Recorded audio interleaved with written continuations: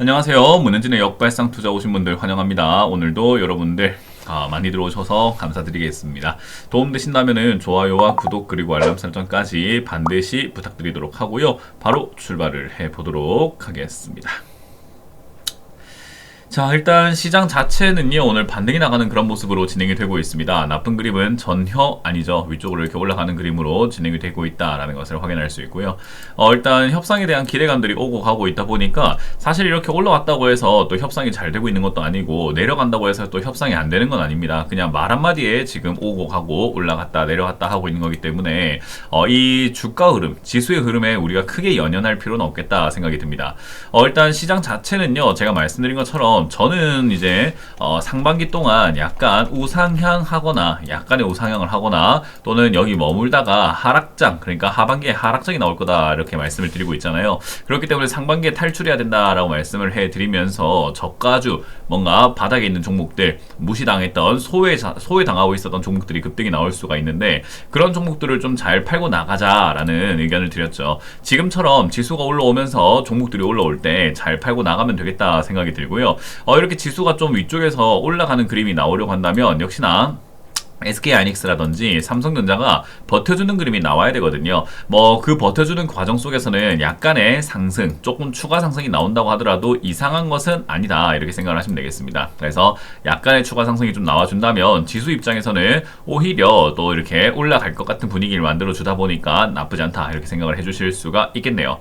자, 어쨌든 지금 상황에서는 또 좋다고 해서 좋다고 말할 수는 없는 시장이잖아요. 오늘 좋다고 했는데 내일 갑자기 트럼프 대통령이 또 뭔가 변덕불이 나거나 이란과의 협상이 뭔가 좀 잘 안 된다거나 여러 가지 변수가 나오면서 갑자기 떨어지게 되면은 어제 좋다고 해놓고 오늘 왜 떨어져요 하는 그런 일들이 발생될 수도 있는 정말 다이나믹한 시장이다라고 생각이 들기 때문에 시장을 함부로 예측하지는 말자, 그냥 따라가자라는 의견을 드릴 수 있고요.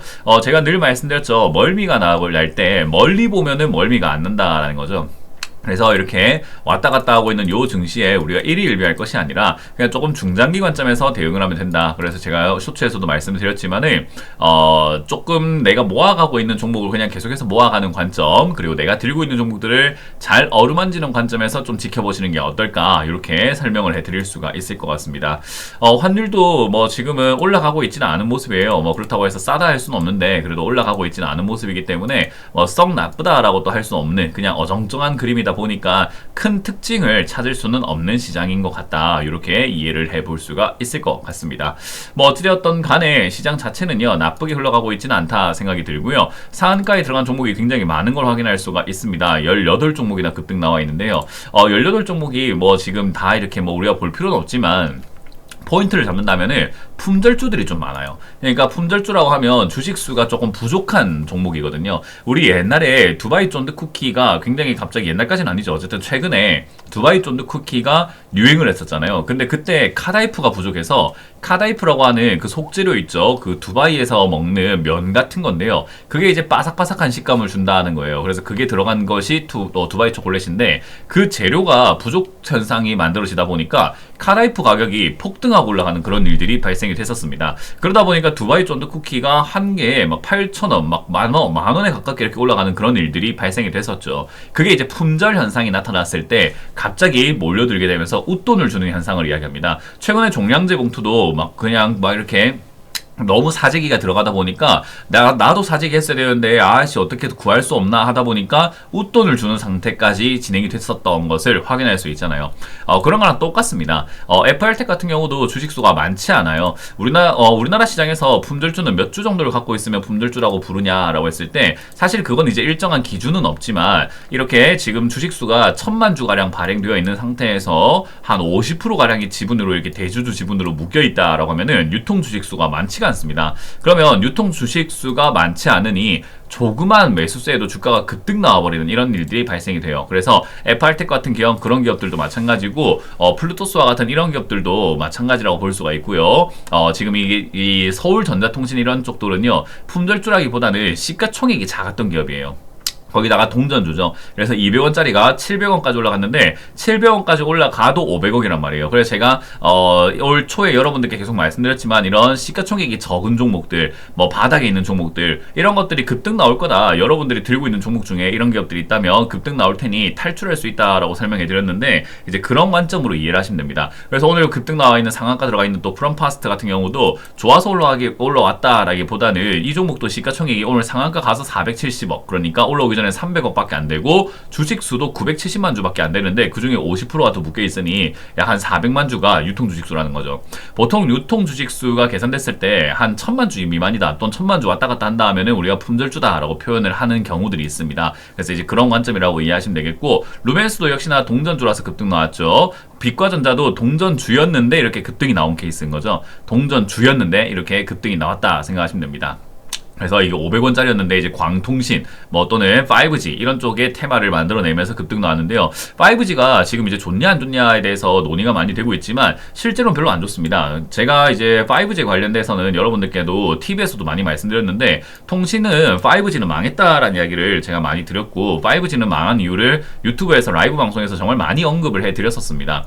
마찬가지로 6G가 도래가 돼야지 사실은 이제 성장을 할 수 있어요. 그래서 내일은 이제 우리가 내일을 준비하는 시간 라이브 하는 방송이잖아요. 그 주제로 5G 관련주를 이야기 좀 한번 해볼까, 5G 산업에 대한 이야기를 좀 한번 해볼까 싶긴 합니다. 왜냐하면 알면 좋거든요. 그래서 5G 산업이 어떤 식으로 흘러와가지고 망해갔는지, 그리고 왜 6G가 성행을 해야 되는 건가, 6G가 올 때까지 얼마나 걸리는가, 뭐 이런 것들을 우리가 조금 냉정하게 짚어볼 필요가 있습니다. 근데 5G가 망한 산업인데요. 망한 산업인데 이렇게 주가가 많이 박살나 있다 보니까 싼 기업들이 되게 많고, 적자나면서 주가가 막 동전도 들어가 있거나 적자나면서 주가가 완전 바닥을 긁고 다니는, 우리 왜 그 볶음밥 먹고 난 다음에 누룽지 긁어 먹는 것처럼 바닥을 막 긁고 다니는 그런 종목들이 굉장히 많거든요. 그러다 보니까 이렇게 급등 나오는 종목들이 지금 5G 쪽에서 많다. 그래서 저는 개인적으로 5G 산업에 대한 어떤 테마를 형성한 것이 아닌가, 이거는 언론의 한 통속인 것 같다라는 생각이 좀 듭니다. 그래서 그 점 좀 조심하셔야 되겠다 생각이 들고요. 약간의 작전주 같은 느낌인 거죠. 그래서 5G는 좀 작전 같다라는 생각이 좀 드네요.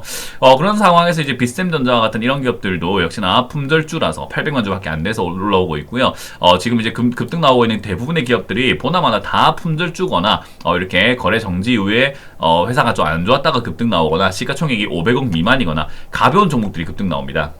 그 말은요, 이런 종목들은 일시적으로 올라왔다가 바로 빠질 가능성이 상당히 높다 보시면 돼요. 한싹도 지금 1000만 주밖에 안 되는 종목이라서 1000만 주 중에서 이 기업도 마찬가지로 한 45%, 50% 정도가 묶여있는 기업이거든요. 그래서 이렇게 품절주들이 요즘 급등 나오고 있는데, 품절주는요 잘 잡으면은 이렇게 밑에서 잘 잡아 놓으면 수익이 나는 경우도 있지만, 잘못 잡으면은 위에서 잘못 잡아가지고 바로 그냥 내려 꽂혀버리는 종목들도 많이 있습니다. 품절주들은 매매하실 때 굉장히 조심하셔야 되는 게, 상승만 이렇게 올라오는 것이 아니라 내려 꽂아버리는 그런 특징이 있다 보니까 여러분들이 잘못 매매하시게 되면요, 타이밍 잘못 맞춘다, 특히나 엇박자로 들어간다, 그리고 또 뭐 뉴스를 보면서 들어간다 해갖고 우리가 뉴스를 안 보면 올라온 종목 안 사게 되는데 뉴스를 보면 올라온 종목을 사게 되거든요. 그렇게 사게 되면 그냥 바로 꽂혀버립니다. 그렇기 때문에 사실 이렇게 냅다 그냥 바닥으로 패대기 쳐지는 것보다야 급등 나온 종목을 사시는 것보다는 밑에 있는 종목, 그러니까 지금은 바닥에 있는 종목들이 굉장히 매력적인 시장이라고 생각하시면 돼요. 그래서 제가 내일을 준비하는 시간에서도 단순하게 이야기했잖아요. 뭐 코스피가 좋냐 코스닥이 좋냐가 아니다, 그냥 올라갔냐 올라가지 않았냐로 나뉠 것이다 했는데, 지금 올라가지 않은 종목들이 이렇게 올라가고 있거든요. 그래서 꺼진 불도 다시 보자 전략이 지금은 딱 맞을 것 같습니다. 여러분들이 들고 있는 종목 중에서 내 종목 아이씨 꺼진 불 같은데 안 올라올 것 같은데 그런 종목이 올라옵니다. 그렇기 때문에 그런 종목 쪽으로 우리가 관심을 좀 갖고 대응을 하면 좋지 않을까. 뭐 그렇다고 해서 우리가 품절주 뭐 또는 적자나고 있는 그런 시가총액이 적은 200억짜리 뭐 300억짜리 이런 것들을 뭐 찾아 들어갈 필요까지는 없어요. 굉장히 리스크가 크거든요, 사실 그렇게 들어가기에는. 왜냐하면 뭐 200억짜리 중에서 300억짜리 중에서 좋은 기업들도 분명히 있습니다만은 안 좋은 기업들도 굉장히 많아요. 그래서 실제로 200원짜리, 300원짜리 되거나 또는 시가총액이 200억 미만, 300억 미만으로 빠진 기업들 중에서는요, 그럴 만한 기업들이 꽤나 많습니다. 그렇기 때문에 여러분들이 그걸 잘 모르고, 야, 요즘에 이렇게 동전주들이 급등 나오고 품절주가 급등 나오고 적자나도 급등 나오고, 이거 시가총액 적은 200억, 300억짜리가 급등 나오네, 내가 그런 걸 찾아 들어가야 되겠다 라고 생각하시다가는 상패 나갑니다. 그렇기 때문에 좀 조심하시는 게 좋지 않을까. 지금 시기는 지금 제가 보여드리고 있는 종목들 전부 다 품절주입니다. 지금 제가 보여드리고 있는 종목은 어디서 발췌하고 있는 거냐면요, 그냥 오늘 이렇게 급등 나온 종목 있죠, 제가 항상 보여드리는 상한가 이렇게 들어가 있는 종목들 보여준 여기 있는 거예요. 여기 있는 거 전부 다 품절주예요. 그러니까 한 80%가 분들줍니다. 그래서 급등 나온 종목은 많지만 시장이 탄탄하게 올라오고 있다라는 느낌은 아닙니다. 그래서 이거는 제가 보기에는 이제 완전 설거지인 거죠. 세력들 입장에서도 이제 바닥에 있는 종목들 잘못하면 상패니까 상패 당하기 전에 7월달이죠. 3개월밖에 안 남았거든요. 3개월이라는 시간이 우리가 되게 길다고 생각할 수 있지만 이렇게 돌아가면서 번갈아 가면서 올라오게 되고 또 팔 수 있는 시간이 좀 충분히 주어져야지 하루 만에 팔 수는 없거든요. 사람들의 매수 심리를 며칠 동안 또는 몇 주 동안 몇 달 동안 이렇게 사람들을 막 유혹을 시켜야 되기 때문에 시간이 얼마 없어요. 그래서 세력들 입장에서는 지금 어떻게든 간에 주가를 급등시켜서 팔아 먹어야 되는 시기거든요. 그래서 그런 관점에서 그렇게 올라온 기업들 잘못 잡으시면 상패 위험이 너무 큽니다. 왜냐하면 지금이야 급등 나와서 1,000원 벗어났고 시가총액 벗어났다 치지만 이제 더 이상 끌어올려줄 세력이 없어가지고 내려 꽂혀버리게 된다면은 1,000원 미만으로 빠지게 되고 시가총액 다시 밑으로 빠져서 상패 기준에 전복되면 바로 상패입니다. 그렇기 때문에 지금 시기는요 진짜 여러분들 조심하셔야 되는 시기예요. 그래서 신규 매수는 웬만하면 자제하시는 게 좋은 시기다 생각이 들고 들고 있는 거 잘 처리하는 게 좋은 시기다 생각이 들기 때문에 여러분들한테 제가 강조해드리는 게 상담 좀 받아라 라고 하거든요. 제가 작년 초에부터 해서 재작년 말부터 해서 작년 초까지 2차전지뿐만 아니라 이제 종목들 바닥에 있는 종목도 올라갈 거니까 상담 좀 받아라 라는 이야기를 정말 많이 드렸던 시기였어요. 근데 그때 2차전지 상담 받았던 분들은 탈출하신 분도 있는데 2차전지 상담 안 받으신 분들은 올라가지 않을 종목을 사가지고 물린 분들도 있다는 거예요. 근데 저 때는 2차전지가 제가 주력으로 여러분한테 말씀드렸던 시기라고 한다면 지금은 모든 종목이거든요. 그러니까 여러분들 계좌에 짱 박혀 있는 그런 모든 종목들이 탈출 가능할 수 있습니다. 오히려 탈출해야 되는 기회가 온단 말이에요. 근데 가만히 계신다? 저는 그거 너무 심각한 문제라고 생각을 하거든요. 그래서 지금 시기에 여러분들은 좀 발품을 파셔가지고 가만히 있을 때가 아닙니다. 절대 이러고 있을 때가 아닙니다. 여러분들 우리 옛날에 그 임진왜란이 언제 일어났느냐, 몇 년도 일어났느냐라고 했을 때 기억이 나는 게 이러고 있을 때가 아니다라고 해서 1592 해가지고 1592년 이렇게 외웠던 기억이 나거든요. 이러고 있을 때가 아니다라고 했어요. 1592년 딱 그때인 것 같습니다. 지금 여러분들 이러고 있을 때가 아닙니다. 뭐 맥락 없는 이야기지만 그냥 들어주세요.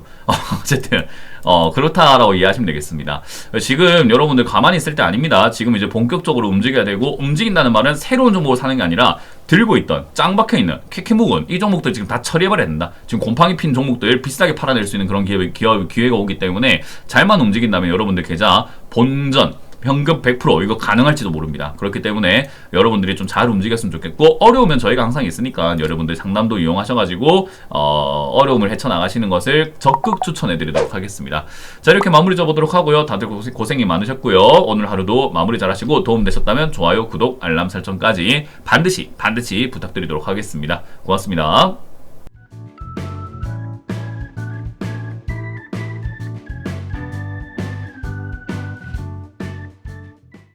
시청하신 영상이 도움이 되셨다면 좋아요와 구독 그리고 알람 설정까지 반드시 부탁드리고요. 여러분들의 성공 투자 기원하도록 하겠습니다.